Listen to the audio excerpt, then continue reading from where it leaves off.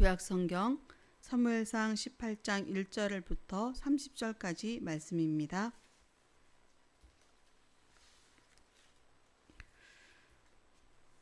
사무엘상 18장 1절부터 30절까지의 말씀을 저와 한 절씩 교독하겠습니다. 다윗이 사울에게 말하기를 마침에 요나단의 마음이 다윗의 마음과 하나가 되어 요나단이 그를 자기 생명같이 사랑하니라.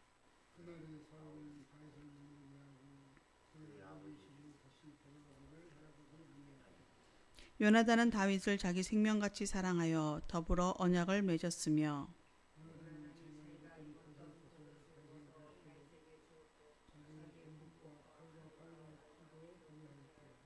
다윗은 사울이 보내는 곳마다 가서 지혜롭게 행하매 사울이 그를 군대의 장으로 삼았더니 온 백성이 합당히 여겼고 사울의 신하들도 합당히 여겼더라.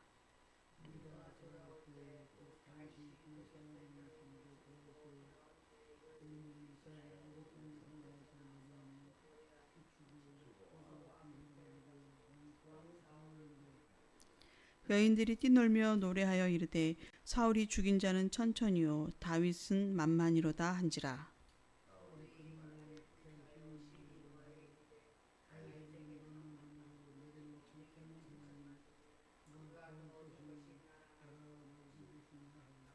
그날 후로 사울이 다윗을 주목하였더라.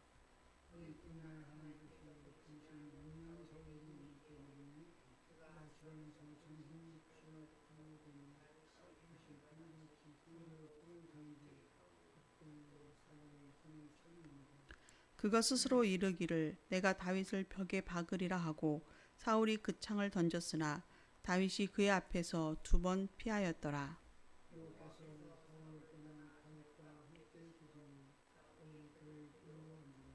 그러므로 사울이 그를 자기 곁으로 떠나게 하고 그를 천부장으로 삼음에 그가 백성 앞에 출입하며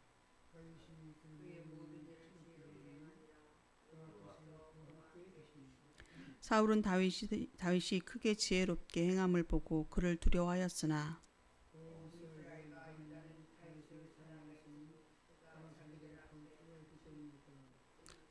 사울이 다윗에게 이르되 내 맏딸 메랍을 내게 아내로 주리니 오직 너는 나를 위하여 용기를 내어 여호와의 싸움을 싸우라 하니 이는 그가 생각하기를 내 손을 그에게 대지 않고 블레셋 사람들의 손을 그에게 대게 하리라 함이라.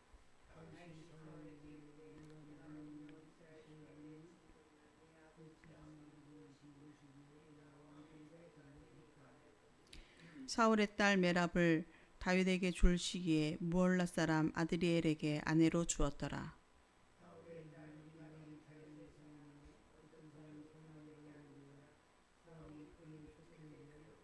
스스로 이르되 내가 딸을 그에게 주어서 그에게 올무가 되게 하고 블레셋 사람들의 손으로 그를 치게 하리라 하고 이에 사울이 다윗에게 이르되 내가 오늘 다시 내 사위가 되리라 하니라.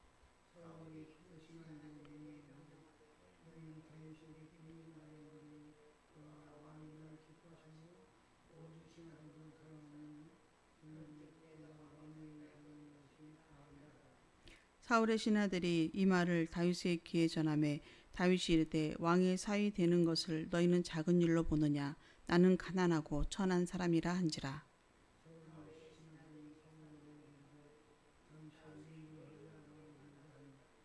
사울이 이르되 너희는 다윗에게 이같이 말하기를 왕이 아무것도 원하지 아니하고 다만 왕의 원수의 보복으로 블레셋 사람들의 포비 100개를 원하신다 하라 하였으니 이는 사울의 생각에 다윗을 블레셋 사람들의 손에 죽게 하리라 함이라.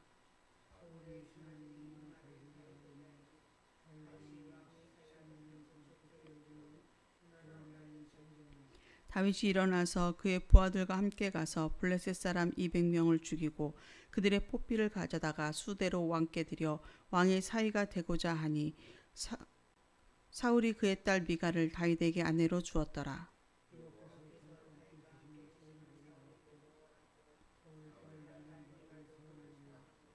사울이 다윗을 더욱 두려워하여 평생에 다윗의 대적이 되니라.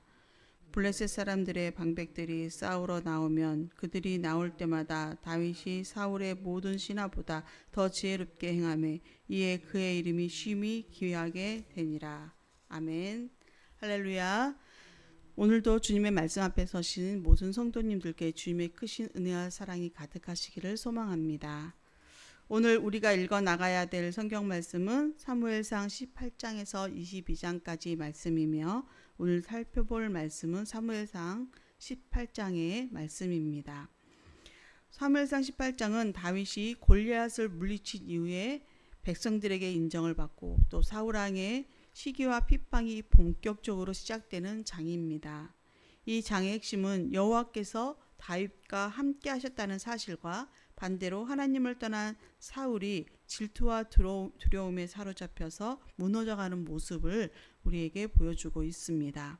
먼저 1절부터 5절까지는 요나단과 다윗의 언약이 담긴 내용으로서 다윗이 골리앗을 물리친 후 사울의 아들 요나단은 다윗을 깊이 사랑하게 됩니다. 18장 1절에 보게 되면은 요나단의 마음이 다윗의 마음과 하나가 되었다라는 말씀이 나오죠. 그러면서 요나단은 자신의 겉옷, 군복, 칼, 활, 띠까지 다윗에게 줍니다. 그저 우정의 표현이 아니라 이것은 왕자의 신분과 권리를 내려놓고 하나님께서 세우시는 다윗을 인정하는 믿음의 행위였습니다. 마음이 하나가 되었다. 이 말씀은 히브리어로 묶이다, 결합하다라는 의미를 가지고 있습니다. 이제 다윗과 요나단은 하나님 안에서 영적인 동역자의 관계가 형성이 되어진 것이지요. 또 왕복과 무기를 준 데에 의미가 있습니다. 당시 왕자의 의복과 무기는 왕권의 상징입니다. 그렇기 때문에 쉽게 내어줄 수 없는 것이지요. 그런데 요나단은 자신의 미래보다 하나님의 뜻을 우선시한 사람이었습니다. 하나님은 사명을 감당하는 사람에게 반드시 믿음의 동역자를 붙여주십니다. 홀로 그 일을 감당하게 하지 않으십니다. 모세에게는 아론을, 바울에게는 바나바를, 그리고 다윗에게는 요나단이 있었습니다. 우리는 하나님의 뜻보다 내 자리와 이익을 더 중요하게 여기고 있는지, 그렇지 않으면 누군가의 성공을 기뻐해주는 요나단과 같은 마음을 가지고 있는지, 또 하나님이 붙여주신 믿음의 동역자를 소중하게 여기고 있는지 우리의 주변과 우리 자신을 돌아볼 필요가 있습니다. 6절부터 9절까지는 사울의 시기와 질투에 관한 내용으로서 이제 승리를 하는 다윗을 많은 사람들이 칭찬하며 노래하죠. 여인들이 노래를 부릅니다. 사울이 죽인 자는 천천히요, 다윗은 만만히로다. 이 노래소리에 사울은 크게 분노합니다. 그리고 그날 이후에 다윗을 주목하여 보았다라고 실절에 말씀을 하고 있습니다. 주목하였다는 말은 적대적인 눈으로 계속 감시하다라는 의미를 가지고 있습니다. 질투가 마음속에 들어오자 다윗은 더 이상 충성스러운 신하가 아니라 제거해야 할 경쟁자가 되고 말았습니다. 이렇게 질투는 하나님보다 자신을 중심에 놓을 때 발생합니다. 질투의 뿌리는 비교의식과 교만에서 오게 됩니다. 가인은 아벨을, 또 요셉의 형들은 요셉을, 사울은 다윗을 시기합니다. 질투는 결국 공동체를 무너뜨리고 자신까지 파괴하는 결과를 가져옵니다. 나는 다른 사람의 은사와 성공을 비교하며 괴로워하고 있지는 않은지, 아니면 하나님의 계획보다 내 명예를 더 중요하게 여기고 있지는 않는지 한번 돌아보시기를 바랍니다. 10절부터 16절까지는 다윗을 죽이려는 사울과 하나님이 함께 하심을 우리가 볼 수가 있습니다. 악령이 사울을 괴롭힘으로써 다윗이 수금을 연주하여서 사울의 마음을 진정시키려고 합니다. 그러나 이러한 다윗에게 사울은 2번이나 창을 던져서 다윗을 죽이려고 하지요. 그러나 다윗은 사울의 창을 모두 피하여 생명을 건지게 됩니다. 본문에서는 이렇게 반복하고 있습니다. 12절과 14절에 각각 보게 되면은 여호와께서 다윗과 함께 계셨다라는 말씀이 나옵니다. 12절에도 다윗과 함께 계셨다라는 말씀이 나오고 14절에도 다윗과 함께 계셨다라는 말씀이 나오죠. 사울이 두려워한 이유가 무엇입니까? 이렇게 하나님이 함께하는 다윗을 죽이려고 하는 이유, 바로 12절의 말씀 때문입니다. 여호와께서 자기를 떠나 다윗과 함께 계심을 봄이라. 악령이 들린 사울도 하나님께서 다윗과 함께 계심을 보았다라는 것입니다. 알았다라는 것입니다. 그렇기 때문에 시기에 사로잡힌 것이죠. 왕권의 진정한 근거는 왕관이 아니라 하나님의 임재에 있습니다. 다윗의 성공 비결은 능력이 아니라 하나님의 동행하심에 있습니다. 성경에서 가장 큰 축복은 하나님이 함께 하신다라는 것이 가장 큰 축복입니다. 두려움이 있을 때, 전쟁에 나가야 할 때, 어떤 일을 결정해야 할 때, 그때마다 하나님이 내가 너와 함께 하겠다라는 이 말씀은 그 어떤 것보다 강력한 힘이 되어지고 위로가 되어집니다.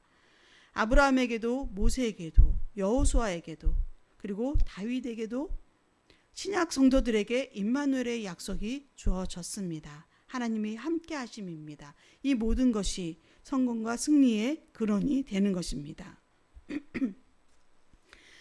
자, 우리는 어떻습니까? 우리는 하나님의 임재를 구하고 있습니까? 하나님이 나와 날마다 동행하기를 기도하면서 우리의 마음속에 진실되게 하나님과 동행을 자처하고 있는지요? 어쩌면 내가 온전하고 내가 옳지 않은 일을 행할 때에 그곳에 하나님이 계시기를 원하지 않으면서 내가 하나님과 멀어져 있지는 않는지요? 하나님은 늘 우리와 함께 계시기를 원하고 또한 우리도 하나님과 함께 할 때 우리의 인생이 복된 길로 나아가는 줄 믿습니다. 17절에서 30절까지는 사울이 자신의 딸들과 다윗을 결혼시키려고 하면서 그 가운데 다윗을 제거하려는 내용이 담겨 있습니다. 사울은 장녀 메랍을 주겠다고 약속했다가 그 약속을 어기게 되죠. 이후에 미갈이 둘째 딸 미갈이 다윗을 사랑하게 되는 것을 알고서 이것을 이용하여 다윗을 죽이려고 합니다. 그 계략으로 블레셋 사람의 뽀삐 100개를 요구하지만 오히려 다윗은 200개를 가져오면서 결국 미갈과 결혼하게 됩니다. 본문의 마지막엔 이렇게 결론이 내려집니다. 18장 30절 마지막의 말씀 속에는 함께 읽어볼까요? 블레셋 사람들의 방백들이 싸우려 나오면 그들이 나올 때마다 다윗이 사울의 모든 신하보다 더 지혜롭게 행하매 이에 그의 이름이 심히 귀하게 되니라. 아멘. 다윗의 이름이 심히 귀하게 되었다라고 말씀하고 있습니다. 사울은 계략으로 다윗을 넘어뜨리려 했지만 하나님은 오히려 그 일을 통해서 다윗을 높이시고 계십니다. 아무리 인간이 악한 계획을 세운다 할지라도 하나님의 섭리를 막을 수는 없습니다. 하나님이 세우시는 사람은 사람의 방해로 무너지지 않습니다. 사울은 내리막길을 걷고 다윗은 하나님의 때를 향해 올라가고 있습니다. 하나님의 역사는 인간의 음모를 뛰어넘어 이루어진다는 것을 오늘의 말씀을 통해서 우리는 깨달을 수가 있습니다. 오늘 사무엘상 18장의 핵심 내용은 4가지로 요약해 볼 수 있습니다. 첫 번째는 하나님의 사람에게는 믿음의 동역자가 있다라는 것. 두 번째는 질투는 사람을 영적으로 무너뜨린다라고 하는 것입니다. 세 번째로는 진정한 성공은 하나님이 함께 하시는 데 있다라는 것이고 마지막으로 하나님의 뜻은 인간의 방해로 막을 수 없다라는 것을 우리는 말씀을 통해 깨닫습니다. 이 말씀을 기억하면서 오늘도 믿음으로 승리의 삶을 살아가는 저와 우리 성도님들 되시기를 주님의 이름으로 축원드립니다. 기도하겠습니다. 사랑과 은혜가 풍성하신 하나님 감사합니다. 오늘도 저희를 이 아침에 깨워서 주님 전에 불러주시고 주님의 말씀 앞에 서게 하여 주시니 감사드립니다. 사랑의 주님, 사울처럼 사람의 칭찬과 비교 속에 살아가지 않게 저희를 인도하여 주시옵소서. 시기심에 사로잡히지 않게 하시고 자신의 욕심과 이익을 위하여서 무너져가는 삶을 살지 않도록 하나님 저희를 붙들어 주시옵소서. 다윗처럼 주님이 함께 하시는 것을 최고의 복으로 여기며 살아가는 저희들이 되기를 원합니다. 요나단처럼 하나님의 뜻에 자신을 내려놓고 다른 일을 세울 때에 그것을 믿음으로 받아들이며 협력할 수 있는 믿음의 용기 또한 저희에게 주시옵소서. 우리 마음에 있는 시기와 교만을 성령께서 깨트려 주시기를 소망합니다. 어떤 환경 속에서도 하나님의 동행하심을 믿고 담대히 살아가며 주님을 높이시는 삶을 살아가는 우리 모든 성도들이 될 수 있도록 함께하여 주시옵소서. 우리 창현교회를 사랑하시는 하나님, 우리 창현교회가 다음 선교 100년을 향해 나아가고자 합니다. 그 모든 걸음 속에 주님의 지혜를 허락하여 주시고 믿음을 더하여 주시어서 한마음 한뜻으로 주의 이 모든 사역들을 이루어갈 수 있도록 함께하여 주시옵소서.